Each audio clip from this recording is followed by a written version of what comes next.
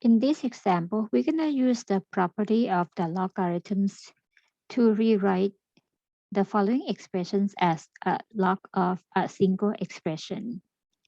The first one, we have 2 times log x plus log y.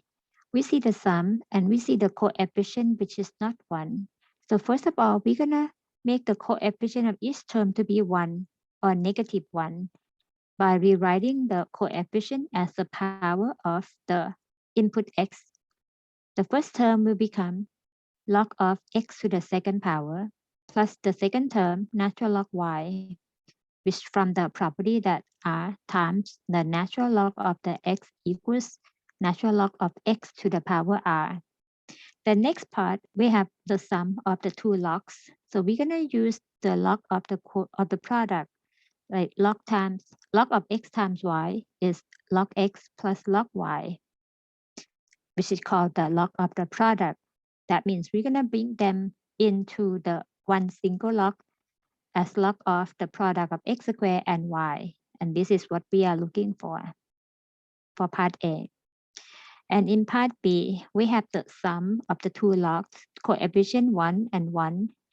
That what we're going to need is just the log of the product, similar to the one that we used in the previous part.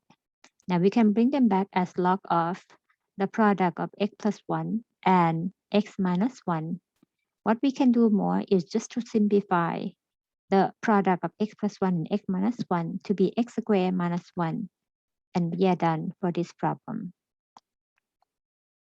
The next part, we have log of x minus 4 minus log 2, coefficient 1, coefficient negative 1. So we are good to go. This is the difference of the two log. We're going to use log of the quotient, which is log of x over y is natural log x minus natural log y. And we do it as we have the right-hand side expression as a difference. So we're going to bring it back as a quotient. The positive 1 coefficient will be the numerator. The negative 1 coefficient will be denominator. Or we can rewrite it as natural log of the quantity x minus 4 divided by 2 as a result. The last one, we have the log of the x plus 1/2 log of x plus 5 minus 1/2 log of x minus 3. The coefficient in the first term is 1. This term has no change. The second term, we have the coefficient 1/2. We can bring it back as the power of the quantity x plus 5 as we use the power property at r times log x equals natural log of x to the power r. So adjust that one to be natural log of the quantity x plus 5 raised to the power 1/2. Similar to the power for the last term, the coefficient is negative 1/2. So we can bring it back as negative side, natural log of the quantity x minus 3 to the power 1/2. Right now, the coefficient just 1 or negative 1. Next, we're going to use the log of the product, which is the log of the x plus log of the y, and also log of the quotient or the quotient property, which is log of x divided by y. X divided by y is, let me clean this up a little bit. So log of the quotient or log of x divided by y is log x minus log y. The numerator of the quotient will have the coefficient 1, and the denominator will have the coefficient negative 1. But if you don't want to do too quick, so you can look at one group at a time for the sum that will return as the log of the product.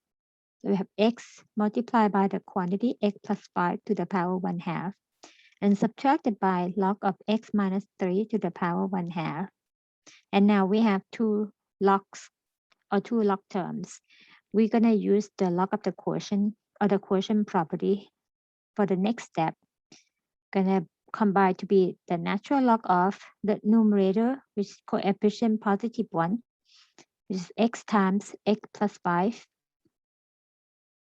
to the power 1/2, divided by the quantity behind the log with the coefficient negative 1 here. or the quantity x minus 3 to the power 1 half.